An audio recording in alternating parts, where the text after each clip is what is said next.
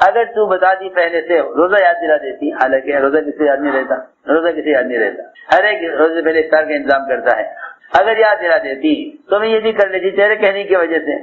میں نے عرض کیا کہ صحابہ کرام وہ مال سے اپنے آپ کو یوں بچاتے تھے، یہ نہیں کہ اتنا کام کر لیا اب تو فتوحات کا زمانہ آنا چاہیے۔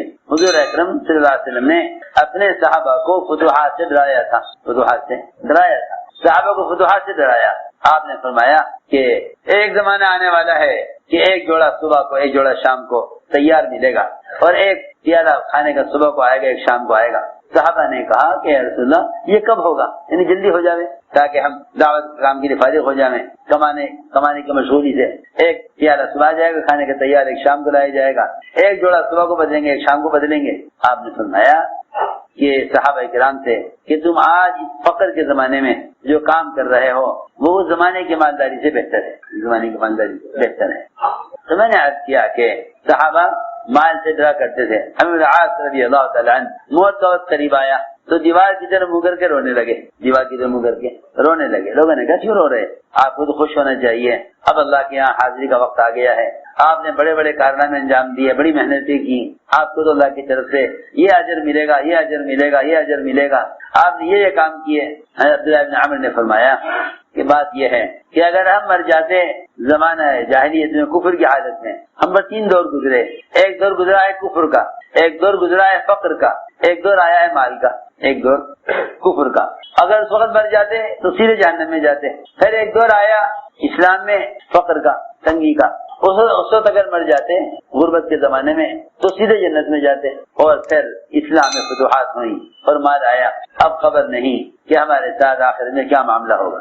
یہ فرمایا کہ اس پر رو رہا ہوں جب آخرت میں کیا معاملہ ہوگا۔ تو میں نے عرض کیا کہ مزاج یہ تھا کہ گورنر ہو یا صدر وہ ان سارے کاموں کو قوم کی خدمت سمجھتے تھے، قوم کی خدمت سمجھتے، قوم کی خدمت ہے۔ چنانچہ میں عرض کر رہا تھا کہ داؤد علیہ السلام نے جب یہ سنا کہ مجھ سے غلطی ہو رہی ہے کہ میں بیت المال سے اپنا ذاتی خرچ نکال رہا ہوں، اسی وقت طے کر لیا کہ بیت المال سے پیسہ نہیں لینا، بیت المال سے پیسہ نہیں لینا، خود کمانا ہے۔ اب کیا کریں؟ بادشاہ کیا کام کریں؟ بادشاہ کیا کام کریں؟ اللہ سے، اے اللہ کیا کام کروں؟ اللہ نے فرمایا کہ زرہ بناؤ۔ کیا بناؤ؟ زرہ، لوہے کا کرتا جنگ میں پہننے والا، اتنا مشکل کام۔ نبی ہیں، بادشاہ ہیں، اور کام ملا لوہار کا، کام ملا لوہار کا۔ دیکھو تو صحیح، نبی ہیں، بادشاہ ہیں، کام ملا لوہار کا۔ یعنی عمل سابغات وقدر فی السرد، کہ آپ کھلی زرہ بنائیں اور کڑیاں برابر کی بنائیں۔ آپ جانتے ہیں کہ زرہ کا بنانا کتنا مشکل کام، کہ لوہے کو تپانے کے لیے بٹی جلانا، لوہے کو تپانا اور اسے کوٹنا، پھر اس کی کڑیاں بنانا، ان کڑیوں کو پرونا، اتنا مشکل کام۔ لیکن وہی بات میں عرض کر رہا تھا کہ جو آدمی تقوی اختیار کر لیتا ہے اللہ اس کے کام میں آسانی پیدا کر دیتے ہیں۔ اور فرمایا من یتق اللہ یجعل له من امرہ یسرا، کہ آدمی تقوی والے، اللہ تعالیٰ تقوی والے کے کام میں آسانی پیدا کر دیتے ہیں۔ وہ آسانی یہ ہوئی کہ ان کے لیے لوہا گندھے ہوئے آٹے کی طرح نرم ہو گیا، گندھے ہوئے آٹے کی طرح نرم۔ چٹکی لیتے آٹے کی، جیسے آٹے کی چٹکی لے کر آدمی اسے اس طرح چاہے گھما لے موڑ لے، اس طرح وہ کڑی تیار کرتے، اور جب وہ پھر اپنی جگہ بٹھا دیتے تو وہ سخت ہو جاتی۔ اس طرح روزانہ ایک زرہ تیار کرتے، ایک زرہ 6000 کی بکتی، ایک زرہ پہلے 2000 خرچ لیتے تھے، اب روزانہ 6000 اپنی کمائی سے مل رہے ہیں۔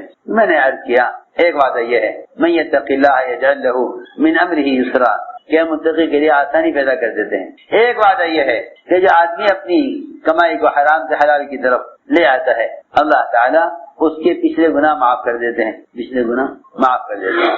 آگے فرمایا وَيُعْظِمْ لَهُ أَجْرًا، اور پانچواں وعدہ یہ ہے کہ اللہ اس کے اجر کو بڑھا دیتے ہیں، اللہ اس کے اجر کو بڑھا دیتے ہیں۔ میں نے عرض کیا یہ 5 وعدے تقوی پر ہیں، تنگی سے نکالنا، گمان کے اور عقل کے خلاف رزق دینا، اور آسانی پیدا کرنا، اور گناہ پچھلے معاف کر دینا، اور اگلا اجر کو بڑھا دینا۔ یہ 5 وعدے اللہ نے، میں تو ساری بات سیدھے سمجھانے کے لیے عرض کر رہا تھا کہ صبر اور تقوی کو جمع کرنا پڑے گا، صبر اور تقوی کو جمع کرنا پڑے گا۔ اس راستے میں ناگواریاں بہت پیش آنے گی، لیکن کسی سے بھی انتقام کا جذبہ نہ ہو، کسی سے بھی انتقام کا جذبہ نہ ہو، اور اس صبر کے ساتھ تقوی کو لازم پکڑے رکھو، اس صبر کے ساتھ تقوی کو لازم پکڑے رکھو، اس لیے کہ اللہ تعالیٰ جو مدد کریں گے وہ گناہ پر نہیں کریں گے، تقوی پر کریں گے، گناہ پر نہیں بلکہ تقوی پر کریں گے۔ اللہ جو مدد کریں گے وہ تقوی پر کریں گے مدد، گناہ پر نہیں۔ اس لیے صبر تقوی کے بغیر نہیں ہے، صبر تقوی کے بغیر نہیں ہے۔ یہ راستہ، اس راستے میں آدمی کامیاب جب ہوتا ہے جب ان دونوں چیزوں کو لازم پکڑ لے، صبر اور تقوی۔ اللہ نے قرآن میں جہاں بھی ذکر کیا دونوں کا ساتھ ذکر کیا، جہاں ذکر کیا ایک ساتھ ذکر کیا۔ اس لیے میرے دوستوں عزیزوں، یہ کام اذیتوں کے برداشت کرنے اور یہ کام ناگواریوں سے گزرنے کا ہے۔ دیکھو میری بات یاد رکھو، اس کام کے کرنے والوں کو وہ ان تمام تکالیف کے نمونے پیش آئیں گے جو انبیاء صحابہ کو پیش آ چکے ہیں، انبیاء اور صحابہ کو پیش آ چکے ہیں۔ وہ ساری تکالیف اس کام کے کرنے والوں کو پیش آئیں گی۔ جب کوئی تکلیف پیش آئے اسے انبیاء کی تکالیف میں تلاش کرو، پھر تو ہماری زبان پر شکر آئے گا، زبان پر شکر آئے گا کہ اے اللہ تیرا شکر ہے کہ تو ہم پر وہ حالات لایا جو نبیوں پر لایا ہے۔ اور اگر ان تکالیف کو انبیاء کی تکالیف میں تلاش نہ کیا تو پھر ساتھی شکایت کریں گے، پھر ساتھی شکایت کریں گے۔ دیکھو میرے دوستو، استقامت اور نعمتوں کا باقی رہنا شکر کے ساتھ ہے۔ شکایت کرنے والا آدمی محروم ہو جاتا ہے، شکایت کرنے والا آدمی محروم ہو جاتا ہے۔ جب صحابہ صبر کرتے کرتے کرتے کرتے تھک گئے، سنو غور سے، ایک دیہاتی آیا آپ کے پاس اور آ کر کہا کہ کب وعدہ پورا ہوگا، کب وعدہ پورا ہوگا؟ آپ نے فرمایا کہ خوش ہو جاؤ، خوشخبری لے لو۔ فرمایا آپ نے ابشر، دیہاتی سے کہا خوش ہو جاؤ، خوش ہو جاؤ۔ تو اس نے نعوذ باللہ آپ کے سامنے یہ کہہ دیا کہ جب بھی ہم آپ سے آ کر کہتے ہیں آپ ٹال دیتے ہیں، کہتے ہیں ہاں خوشخبری لو، خوشخبری لو، یہ کب تک ہوتا رہے گا؟ حضور اکرم صلی اللہ علیہ وسلم نے فوراً فرمایا دو صحابی سے کہ آؤ یہ خوشخبری تم لے لو۔ اس دیہاتی نے تو اس خوشخبری کا انکار کر دیا، صاف فرمایا روایت۔ انہوں نے یہ کہا کہ جب بھی ہم آپ سے پوچھتے ہیں آپ کہہ دیتے ہیں کہ خوشخبری آئے گی، خوشخبری آئے گی، کب آئے گی یہ خوشخبری؟ میرے دوستوں بزرگ عزیزوں، صحابہ کرام جب حضور اکرم صلی اللہ علیہ وسلم سے آ کر ذکر کرتے تکالیف کا تو آپ فرماتے کہ تم سے پہلے انبیاء علیہ السلام پر جو حالات گزرے ہیں وہ تو تم پر اس کے مقابلے میں کچھ بھی نہیں ہے۔ انبیاء کو لوہے کے جو ہے آرے سے چیر دیا گیا، لوہے کی کنگھیوں سے ان کے بدن کے گوشت کو ہڈیوں سے الگ کر دیا گیا۔ یہ سارے حالات حضور اکرم صلی اللہ علیہ وسلم صحابہ کو سناتے تھے۔ صحابہ کرام کی قربانی کی سزا کو بڑھایا انبیاء کی قربانیاں بدلا کر، اور ہماری سزا آگے بڑھے گی صحابہ کی اور انبیاء علیہ السلام کی قربانیوں کے تذکروں سے۔ اس لیے فرمایا کہ یہ راستہ شکایت کرنے کا نہیں، یہ راستہ شکایت کرنے کا نہیں ہے، بلکہ یہ راستہ اس راستے کی اذیتیں شکر کرنے کی ہیں، اس راستے کی اذیتیں شکر کرنے کی ہیں۔ اس لیے فرمایا کہ جو اس راستے میں ناگواری پیش آئے اس کو انبیاء صحابہ کے ناگواریوں میں تلاش کیا کرو۔ یہ بات کس نبی کو کہاں پیش آئی؟ یہ اس نبی کو کہاں پیش آئی؟ اس راستے کے ناگواریوں کو انبیاء صحابہ کے ناگواریوں میں تلاش کیا کرو۔ اس لیے فرمایا کہ دعوت میں صحابہ کی سیرت کو سامنے رکھو، صحابہ کی سیرت کو سامنے رکھو۔ کام ہمارے اپنے تجربات پر نہیں ہے بلکہ کام صحابہ کرام کی سیرت پر ہے، کام صحابہ کی سیرت پر ہے، اپنے ذاتی تجربات پر نہیں ہے۔ کام صحابہ کی سیرت پر ہے، اپنے تجربات پر نہیں ہے۔ اس لیے آپ صلی اللہ علیہ وسلم کی دعوت میں سب سے زیادہ اور اہم چیز انفرادی دعوت ہے، اور سب سے بڑی سنت نقل و حرکت ہے۔ سب سے بڑی سنت نقل و حرکت ہے، سب سے بڑی سنت نقل و حرکت ہے۔ کیونکہ فرماتے عمر رضی اللہ تعالیٰ عنہ کہ اگر اللہ کے راستے میں پھرنا نہ ہوتا تو عمر دنیا میں رہنا پسند نہ کرتا۔ اللہ کے راستے میں پھرنا نہ ہوتا، اللہ کے راستے میں اگر پھرنا نہ ہوتا تو عمر دنیا میں رہنا پسند نہ کرتا۔ معلوم ہوا کہ سب سے بڑا امر اور سب سے بڑی سنت وہ اللہ کے راستے کی نقل و حرکت ہے۔ حضرت فرمایا کرتے تھے اللہ کے راستے میں اگر پھرنا نہ ہوتا تو میں دنیا میں رہنا پسند نہ کرتا۔ دوسری بات فرماتے تھے اگر اللہ کے پر لمبے لمبے سجدے کرنا نہ ہوتا تو عمر دنیا میں رہنا پسند نہ کرتا۔ اور تیسری بات یہ فرماتے تھے کہ اگر علماء حق کی مجلسیں نہ ہوتی تو عمر دنیا میں رہنا پسند نہ کرتا۔ معلوم ہوا تین کام ہیں دنیا میں کرنے کے، بس تین کام ہیں دنیا میں کرنے کے، ایک دعوت، دوسرے عبادت اور تیسرے تعلیم اور تعلم، سیکھنا سکھلانا۔ یہ نقل و حرکت اس مقصد کے لیے تھی کہ پورا دین پورے عالم میں زندہ ہو، پورا دین پورے عالم میں زندہ ہو۔ حضور اکرم صلی اللہ علیہ وسلم نے اس امت کو متحرک بنایا تھا تاکہ ان کی نقل و حرکت کے ذریعے سے اس دین پوری دنیا میں قائم ہو۔ اصل مقصد یہ تھا خروج کا. میرے دوستو عزیزو، ارتداد کا کوئی علاج نہیں سوائے نقل و حرکت کے. ارتداد کا کوئی علاج نہیں سوائے نقل و حرکت. اس لیے کہ کسی بھی ذریعے سے دین کی بات کا پہنچا دینا سنت نہیں ہے. کسی بھی ذریعے سے دین کی بات کو پہنچا دینا سنت نہیں ہے. کہ میں کیا کہہ رہا، ذرا میری بات توجہ سننا. کسی بھی ذریعے سے دین کی بات کو پہنچا دینا سنت طریقہ نہیں ہے، بلکہ خود جا کر دعوت دینا سنت ہے. خود جا کر دعوت دینا سنت ہے. اس لیے کہ نبوت کی لائن کی جتنی اذیتیں ہیں وہ خود دعوت دینے میں ہیں، نہ کہ کسی ذریعے سے پیغام پہنچا دینا. خود دعوت دینا سنت ہے، کسی ذریعے سے پیغام پہنچا دینا دعوت نہیں ہے. کسی بھی ذریعے سے پیغام پہنچا دینا دعوت نہیں ہے. دعوت تو خود جا کر دعوت دینا ہی دعوت ہے. کسی ذریعے سے پیغام پہنچا دینا یہ دعوت نہیں ہے. اس زمانے میں مسلمان کی ساری قوت اور صلاحیت صرف ہو رہی ہے دنیا پر، اور آلات اور ذرائع اور مشینیں اور مختلف قسم کے چینل اور نیٹ یہ دین کی باتوں کو پھیلا رہے ہیں. کیسی الٹی سوچ ہے، کیسی الٹی سوچ ہے کہ وہ دنیا جس کا اللہ کو جس سے نفرت ہے، مسلمان کی صلاحیت اس پر لگے کہ چیزیں بھی بنیں، دکانیں بھی چلیں، کارخانے بھی چلیں. وہ دین جو اللہ کو محبوب ہے، وہ دین وہ آلات اور ذرائع پر. میرے دوستو عزیزو، میری عرض کرنے کا مقصد یہ ہے کہ مجاہدہ انسان کے استعمال کا نام ہے، آلات کے استعمال کا نام مجاہدہ نہیں ہے. ہدایت کا وعدہ مجاہدے پر ہے. آپ کسی بھی ذریعے سے دین کی تبلیغ کریں وہ مجاہدہ نہیں ہے. اس لیے بات اس لیے بے اثر ہو کر رہ گئی کہ دین کی بات صرف نشر و اشاعت پر آ گئی. دین کو پھیلانے سے متعلق مجاہدہ ختم ہو گیا، کیونکہ دین کے پھیلانے کا مجاہدہ مسلمان کے خود استعمال کا نام ہے. مجاہدہ بدن کے استعمال کا نام ہے، نہ کہ مجاہدہ باہر کی چیزوں کے استعمال کا نام. اسے ہم نے عرض کیا کہ کسی بھی ذریعے سے بات پہنچا دینا سنت نہیں ہے. دعوت کی سنت یہ نہیں ہے کہ آپ کسی ذریعے سے پیغام پہنچا دیں. دعوت کی سنت یہ ہے کہ آپ خود جا کر دعوت دیں. اس لیے آپ نے فرمایا کہ امت تک دین کو پہنچانے کے لیے میں اللہ کے راستے میں نکلوں اور قتل کیا جاؤں، پھر زندہ کیا جاؤں، پھر قتل کیا جاؤں. روایت میں ہے 7 مرتبہ ہے روایت میں کہ مجھے زندہ کیا جائے اور مجھے اللہ کا پیغام پہنچانے کے لیے اگرچہ قتل کر دیا جائے. اب بتاؤ، اگر مسلمان یہ سوچے کہ بھائی اب قتل ہونے کے لیے، پھرنے کے لیے پریشان ہونے کی ضرورت نہیں ہے، اب تو بات کے پہنچانے کے لیے بڑے آسان راستے اور بڑے اخبار اور رسائل اور بڑی مشینیں آ گئی ہیں. 1 منٹ میں سارے عالم میں بات پہنچ جائے گی، 1 سیکنڈ میں سب جگہ بات پہنچ سکتی ہے. نہیں، ہمارے ایسا فرماتے تھے جب حق کو چلانے کے لیے باطل کا سہارا لیا جائے گا تو اس سے باطل چلے گا، حق نہیں چلے گا. سمجھے بات؟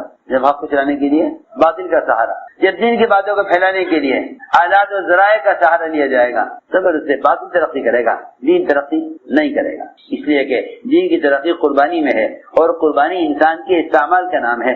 ہماری بات یاد رکھنا، صرف مال کا خرچ کرنا بھی قربانی نہیں ہے. کہیں بھی قرآن میں نہیں ملے گا کہ مال کا خرچ کرنے کا ذکر جان کے بغیر ہو، کہیں بھی نہیں ملے گا، کہیں بھی نہیں ملے گا. جہاں بھی دیکھو یہ قرآن میں وہاں جان اور مال کا خرچ کرنا ایک ساتھ ملے گا. اور پھر یہ بھی نہیں کہ مال ہو تو کام ہو.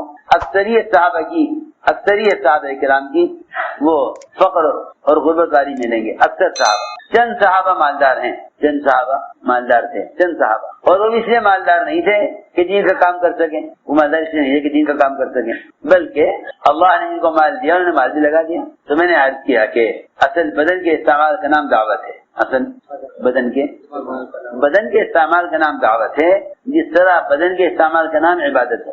گشت کیوں کریں بھائی؟ بات تو پہنچانی ہے، اس کے لیے گشت کی کیا ضرورت ہے؟ ہم یہاں سے بیٹھے بیٹھے بات پہنچا دیں گے بھائی. اگر نماز کے لیے بدن کا استعمال لازم ہے، اگر نماز کے لیے، عبادت کے لیے بدن کا استعمال لازم ہے، تو پھر دعوت کے لیے بھی بدن کا استعمال لازم ہے. سمجھے نہیں؟ دعوت کے لیے بھی بدن کا استعمال لازم ہے. دعوت کے لیے بھی بدن کا استعمال اس طرح لازم ہے جس طرح عبادت کے لیے بدن کا استعمال لازم ہے. یہ نہیں کہ آپ کسی بھی ذریعے سے پیغام پہنچا دیں، نہیں، یہ دعوت کی سنت نہیں ہے. حضور اکرم صلی اللہ علیہ وسلم نے جہاں بھی پیغام پہنچایا بادشاہوں تک، وہاں آپ نے اپنی جماعتیں بھیجی ہیں. اس لیے کہ خود جا کر دعوت دیے بغیر ذمہ داری ادا نہیں ہوتی. خود جا کر دعوت دیے بغیر ذمہ داری ادا نہیں ہوتی. یہ ہے بہت اہم بات. خود جا کر دعوت دیے بغیر ذمہ داری ادا نہیں ہوتی. خود جا کر دعوت دیے بغیر ذمہ داری ادا نہیں ہوتی. یہ پکی بات ہے. قرآن نے اسی کو کہا ہے، قالوا معذرة إلى ربكم ولعلهم يتقون. لوگوں نے کہا بھائی کیوں دعوت دینے جا رہے ہیں ان لوگوں کو؟ اب تو اللہ نے ان کو ہلاک کرنے طے کر لیا اور عذاب دینے طے کر لیا. قرآن کی آیت کا ترجمہ ہے. دعوت دینے والوں نے کہا ایک بات تو یہ ہے کہ اللہ کے ہاں ہم ذمہ داری کو پورا کرنے والے مانے جائیں گے، اس لیے ہم جا رہے ہیں دعوت دینے کے لیے. دوسری بات یہ ہے کہ ہمیں امید ہے کہ یہ ابھی تقوی پر آ جائیں گے. جی ہاں، داعی پر امید ہوتا ہے، داعی پر امید ہوتا ہے. کتنے بھی حالات بگڑ جائیں، کتنی بے دینی آ جاوے، لیکن داعی مایوس نہیں ہوتا، داعی مایوس نہیں ہوتا. تاجر حالات آتے ہیں، تاجر پر حالات آتے ہیں، ساری تجارت ڈوب گئی، قرضہ ہو گیا، مال سارا ہاتھ سے چلا گیا، مگر کیا کہے گا؟ ارے نہیں، دنیا میں تو حالات ایسے آتے رہتے ہیں، کوشش کرتے رہو، تجارت ہی کرتے رہو. یہاں حال یہ ہے کہ اگر ایک گلی میں گشت کیا، ماں لوگوں نے بات نہ سنی تو کہے گا کام چھوڑ دو. تجارت کے کام کو چھوڑے گا نہیں، بار بار نقصان میں پڑنے کے باوجود لگا رہے گا.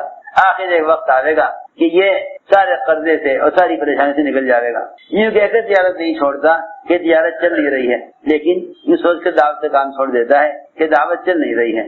ارے تجارت تو اللہ کا ایسا حکم نہیں کہ جس کے علاوہ اور کچھ نہ کرے، لیکن دعوت تو اللہ کا حکم ہے، دعوت تو اللہ کا حکم. میں نے عرض کیا کہ خود دعوت دیے بغیر ذمہ داری ادا نہیں ہوتی. چنانچہ ان دعوت دینے والوں نے دو باتیں کہی روکنے والوں سے کہ ایک تو ہم اسے دعوت دینا چاہتے ہیں تاکہ اللہ کے یہاں ذمہ داری کو پورا کرنے والے مانے جائیں. دوسری بات یہ ہے کہ ہمیں امید ہے کہ یہ لوگ تقوی پر آ جائیں گے. فلما نسوا ما ذکروا به انجینا الذین ینهون عن السوء. جب انہیں بات نہ سنی، ان لوگوں نے بات نہ مانی، تو اللہ تعالیٰ نے دعوت دینے والوں کو نجات دے دی. یہ بات ہے. اس لیے دوستو عزیزو، اس کام میں استقامت کے ساتھ چلو، اس کام میں استقامت کے ساتھ چلو، کہ اس راستے میں استقامت کے ساتھ چلو. اللہ تعالیٰ کو ہر کام کرنے والے سے جتنی قربانی مطلوب ہے اتنی اس سطح پر قربانی پہنچ جائے گی تو اللہ تعالیٰ کی طرف سے فیصلہ ہدایت کا ہو جائے گا. اور جن کے لیے ہدایت مقدر نہیں ہے اللہ تعالیٰ اس رکاوٹوں کو راستے سے ہٹا دیں گے. مگر ہماری دل میں تمنا ان کی ہدایت کی ہو، ہمارا دل میں تمنا سب کی ہدایت کی ہو. بس اس کے لیے عزم کرو اور ارادے کرو کہ انشاءاللہ ہمیں اپنے آپ کو صبر و تقوی پر لانا ہے. اس کے ساتھ ہے ساری کامیابیاں. ہر زمانے کا سمجھ لیں، ہر زمانے کا باطل اسی طرح ٹوٹے گا جس طرح فرعون کا زمانے کا باطل ٹوٹا ہے. ہر زمانے کا باطل ٹوٹے گا، بشرط یہ کہ دعوت صبر اور تقوی کے ساتھ. بس اس کے لیے عزم کرو، ارادے کرو، ہمت کر کے فرماؤ.